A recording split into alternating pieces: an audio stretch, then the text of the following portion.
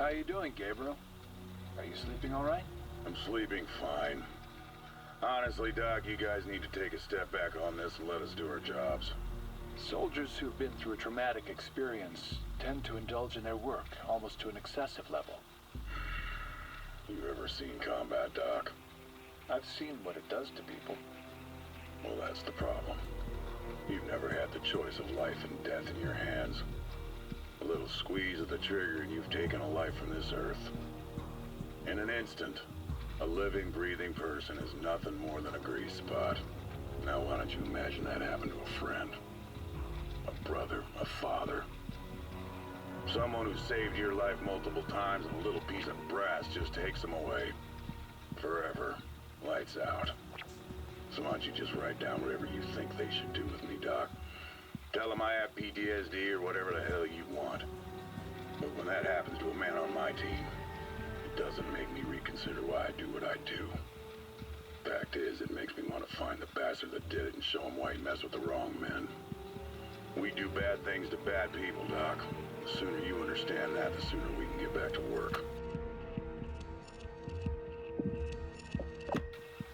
We've been behind this wall for far too long. Now people have to decide on being locked in here or killed out there. We found another one of them today. The pits. The Federation fills them with civilians. They question them first, and whether they have answers or not, well, they all end up in the same place. Our commanding officer thinks the Federation is looking for other ways into the city. Dallas was taken in the same way. Although part of me can't help it. Think this is a message. So we're going back outside the wall. Someone who knows how we operate's targeting us. I want to know who. I just hope we're prepared for what's coming.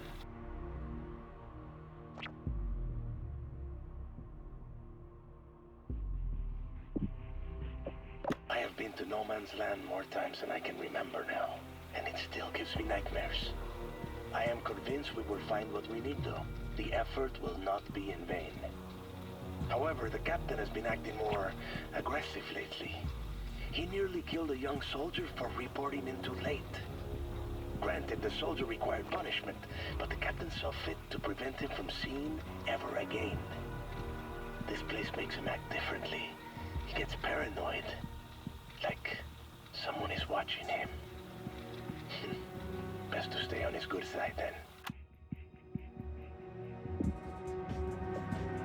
I want to know where it's at, Ajax. You know I'll find it eventually. Come on, why put yourself through this? I'm not telling you shit! You want to see how tough you are? I get that. But you don't need to die here today. I want to save that for tomorrow. Besides, everyone breaks, Ajax. So you want to tell me where the safe house is? No? All right. Let's keep going. The wall will break today. Yes, sir. We're well ahead of schedule. Our dig sites proved to be useful. That's what Victor tells me. He's got everything he needs now. Victor Ramos. Yes, sir. I'm on my way to the shop to meet with him. He says full-scale production by the end of the month. Yes, sir. I understand. I'll take care of it.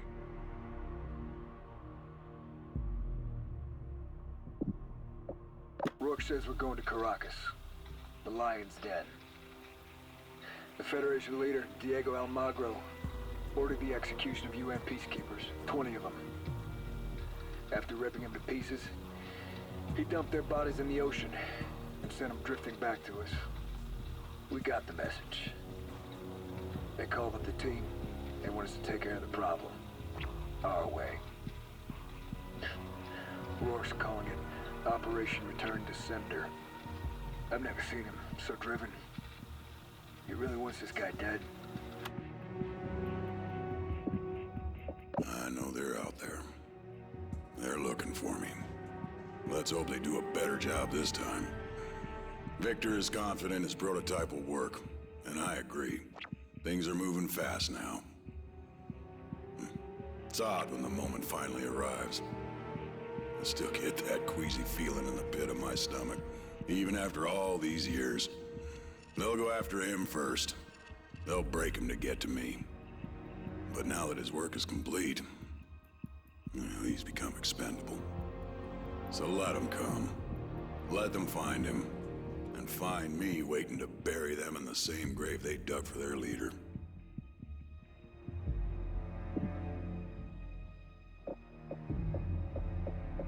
Ever since Ajax's death, I haven't been able to shake this feeling of unease. Rorke's alive. And he's hunting us. We managed to track him down to Mexico, but I can't help but feel something's wrong. J-Sock has to have him. So they're sending in the team once again. Elias's boys, Hesh, or Logan. And I think of how they're paying for the sins we committed. How Elias is putting them in the sights of a madman. And how they might be our only hope to stop him.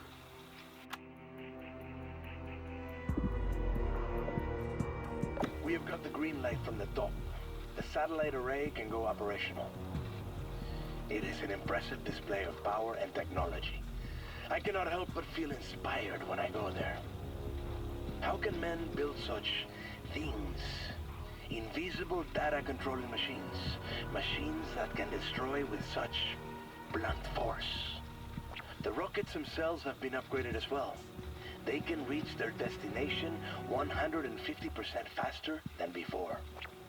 Not super exciting, but at those speeds, the operation can be completed in a matter of days. So far, I am pleased with our results. I think my superiors will be as well. They're sending me to Caracas for Federation Day. There is much to celebrate. What happened? I don't know, sir. They came in through the security checkpoint. And we... Spit it out, soldier. We couldn't find them. 1 second they were here, and then they just disappeared. I'm sorry, sir. I don't know what happened. Everything got so chaotic. You know our laws, son. You failed to protect your brothers. You join them in death. No, please. No, please. Please don't do this. Take him to the river. No!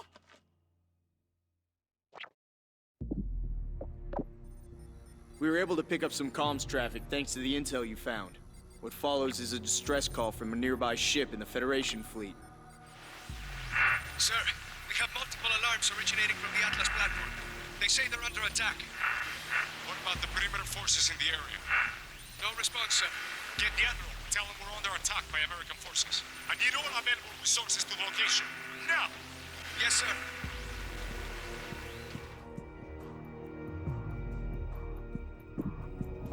December 10th, 2018. The test of the new Aegis-class prototype was successful. The real breakthrough was the addition of the sonic pulse to the bow of the ship. The impact of the pulse is strong enough to crush organs or shatter bone. We were fortunate enough to have test subjects donate their pain to science. With this ship, we can keep our eyes focused above the water. Although my employer, Rorke, thinks I am underestimating our enemy. I told him we ran dozens of tests without a single soul avoiding the sonar pulse. Still, he seems to believe there are flaws, and certain men can exploit those flaws. Well, back to the drawing board.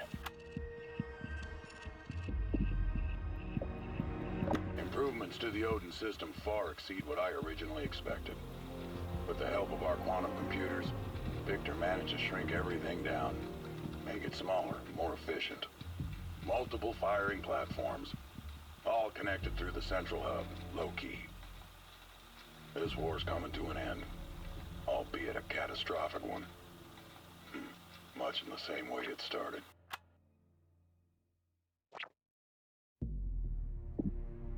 The worst thing a man can have is hope. It's a vicious little devil. You can be alone, broken, beaten, dying. But it forces its way into your brain. Keeps you hanging on.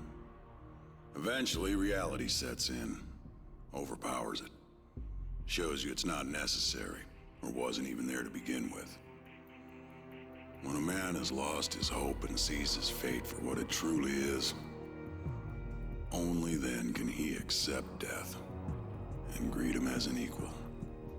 Ajax learned that lesson.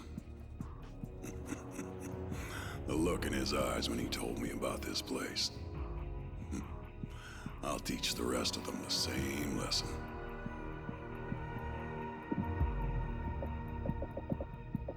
David Hesh Walker, Lieutenant, United States Army. Still hard to imagine the world without Dad. Nothing makes sense without him here.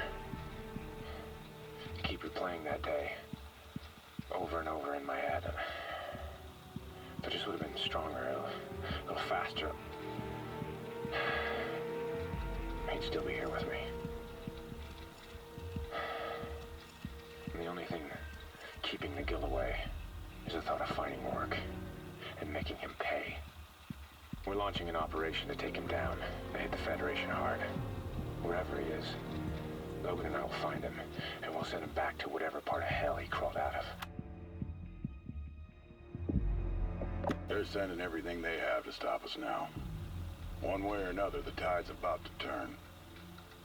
I've hunted my own men down, taken them away from this world by force if necessary. And now they want vengeance. Let them come. Let them suffer the same fate as Ajax, as Elias. His youngest, though, Logan. He's different than the others. Boss wants him alive. 100 soldiers for one more ghost, he says. Now there's a man even I can follow. The satellite array allows us to control it from the ground, giving us a safer approach than what was originally planned. All firing platforms can be utilized at the same time, or individually, should the occasion present itself. We have carved out a section of Earth under the array for a command center. We can even launch platforms from the same area. We have sent up so many of these things that I have started to lose track. From reports gathering from the crew, everything is running smoothly. I would expect nothing less. I am Gabriel Rorke. I have been trained by your government to be a weapon, trained to kill and destroy, all in the name of liberty and justice. Even surrender my very life in service to your country. But I'm not one of you. The just have turned their backs and become deaf to your cries. Who then will show them justice? Who will show you the liberty they have promised? The weapon they have created will be their undoing. But do not fear this. Do not fear me. It is only natural. Like the collapse of Rome, your cities will crumble, and there will be great sorrow. But from the ashes of this diseased metropolis, a rebirth will occur. It will be paid for with blood and steel. Liberty must be restored. I am Gabriel Rorke, and I am here to show you the true meaning of justice. My name is Elias T. Walker. I'm a captain in the United States Army. Retired. Supply and requisition. Yeah, my kids always tell me I count cans of food all day. It's a bit more than that, I can promise you. Can you tell us more about your kids? Sure. There's David, my oldest. He's 28. Likes to go by the name Hesh. He joined up the day he turned 18. He's one of the best soldiers we have in the field today. Then again, maybe I'm biased. My youngest, that's Logan. He reminds me a lot of his mom. Logan always follows David. I mean, always. There was this one time, 3 of us were walking along the beach down in Point Loma down south. I was leading, David was behind me, and Logan behind him. But when I turned around, there were only 2 sets of footprints. Yeah, Logan had been walking exactly, I mean exactly, in his brother's footsteps. Like I said, he always follows his brother.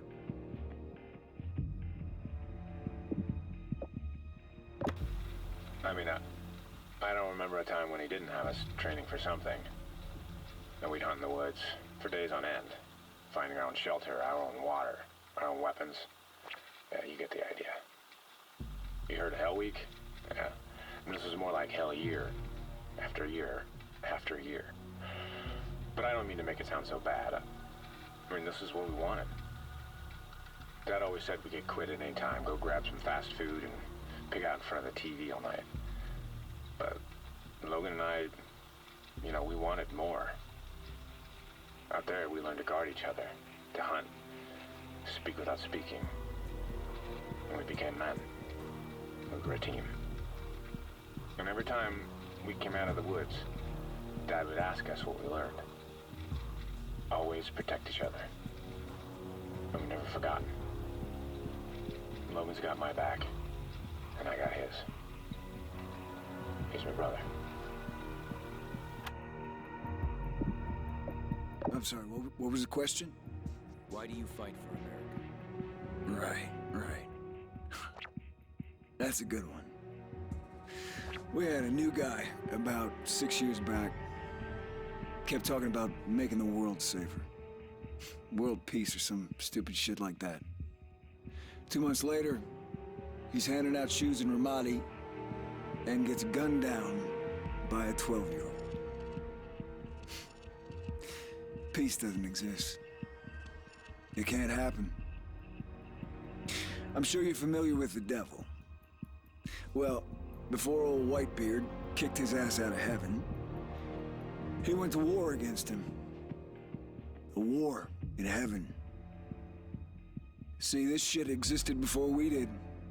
War's ancient. No sense in trying to change it. When people ask me why I fight, I always tell them the same damn thing. I like winning.